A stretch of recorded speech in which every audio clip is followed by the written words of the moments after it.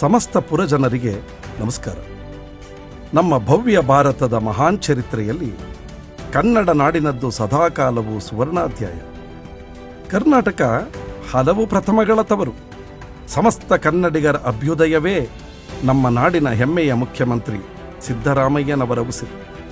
ಅನ್ನರಾಮಯ್ಯ, ಯುದ್ಧರಾಮಯ್ಯ ಎಂಬೆಲ್ಲ ವಿಶೇಷಣಗಳಿಂದ ಗುರುತಿಸಲ್ಪಡುತ್ತಿರುವ ಸಿದ್ದರಾಮಯ್ಯನವರೀಗ ದಾಖಲೆ ರಾಮಯ್ಯ ಎಂಬ ಹಿರಿಮೆ ಹೆಗ್ಗಳಿಕೆಗಳಿಗೂ ಭಾಜನರಾಗಿದ್ದಾರೆ. ಕರ್ನಾಟಕದ ರಾಜಕೀಯ ಚರಿತ್ರೆಯಲ್ಲಿ ಚಿರಸ್ಥಾಯಿಯಾದ ಗೌರವಕ್ಕೆ ಪಾತ್ರರಾಗಿದ್ದಾರೆ.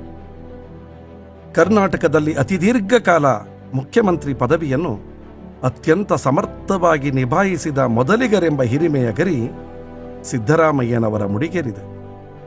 ಕರುನಾಡಿನ ಧೀಮಂತ ಮುಖ್ಯಮಂತ್ರಿ ಎನಿಸಿಕೊಂಡಿದ್ದ ಹಾಗೂ ಹಿಂದುಳಿದವರ ಆಶಾಕಿರಣವೆಂದೇ ಬಿಂಬಿತರಾಗಿದ್ದ ಡಿ ದೇವರಾಜ ಅರಸರು ನಿರ್ವಹಿಸಿದ್ದ 7 ವರ್ಷ 238 ದಿನಗಳ ಮುಖ್ಯಮಂತ್ರಿ ಎಂಬ ದಾಖಲೆಯನ್ನು ದಾಟಿ ಅತಿ ಹೆಚ್ಚು ಕಾಲ ಕನ್ನಡ ನಾಡಿನ ಮುಖ್ಯಮಂತ್ರಿ ಪದವಿಯನ್ನು ಪರಿಪೂರ್ಣವಾಗಿ ಅಪ್ಪಟ ಜನಪರವಾಗಿ ಭ್ರಷ್ಟಾಚಾರದ ಲವಲೇಶವೂ ಮೈಗೆ ಮೆತ್ತಿಕೊಳ್ಳದ ಹಾಗೆ ಕಾರ್ಯನಿರ್ವಹಿಸಿದ ಮೊದಲಿಗ ಮುಖ್ಯಮಂತ್ರಿ ಎಂಬ ಅಭಿಧಾನಕ್ಕೂ ಸಿದ್ದರಾಮಯ್ಯನವರು ಪಾತ್ರರಾಗಿದ್ದಾರೆ. ಜನವರಿ 6, 2026ಕ್ಕೆ ಡಿ ದೇವರಾಜ ಅರಸರ ದಾಖಲೆಯನ್ನು ಮುರಿದು ಮುನ್ನಡೆಯಲ್ಲಿರುವ ಸಿದ್ದರಾಮಯ್ಯನವರು ಯಾವ ನಿಟ್ಟುಗಳಿಂದ ನೋಡಿದರೂ ಈ ನೆಲದ ಮಹಾನ್ ಹೆಮ್ಮೆ ಮತ್ತು ಒಂದು ಅರ್ಥದಲ್ಲಿ ಜನಮೂಲಕ್ಕೆ ಹತ್ತಿರವಾಗಿರುವ ನಿಜವಾದ ಕರ್ನಾಟಕ ರತ್ನ. ಮೈಸೂರು ಕೇವಲ ಅರಮನೆ ಗುರುಮನೆಗಳ ನಗರಿಯಷ್ಟೇ ಅಲ್ಲ, ದಾಖಲೆಗಳ ಮೇಲೆ ದಾಖಲೆಗಳನ್ನು ನಿರ್ಮಿಸುತ್ತಿರುವ ಮಹಾಸಾಧಕರ ತಾಯ್ನೆಲ. ಅರಸರು ಮೈಸೂರಿನ ಮನೆಯ ಮಗನಾದರೆ ಸಿದ್ದರಾಮಯ್ಯನವರು ಇದೇ ಮೈಸೂರಿನ ಮಣ್ಣ ಮಗ.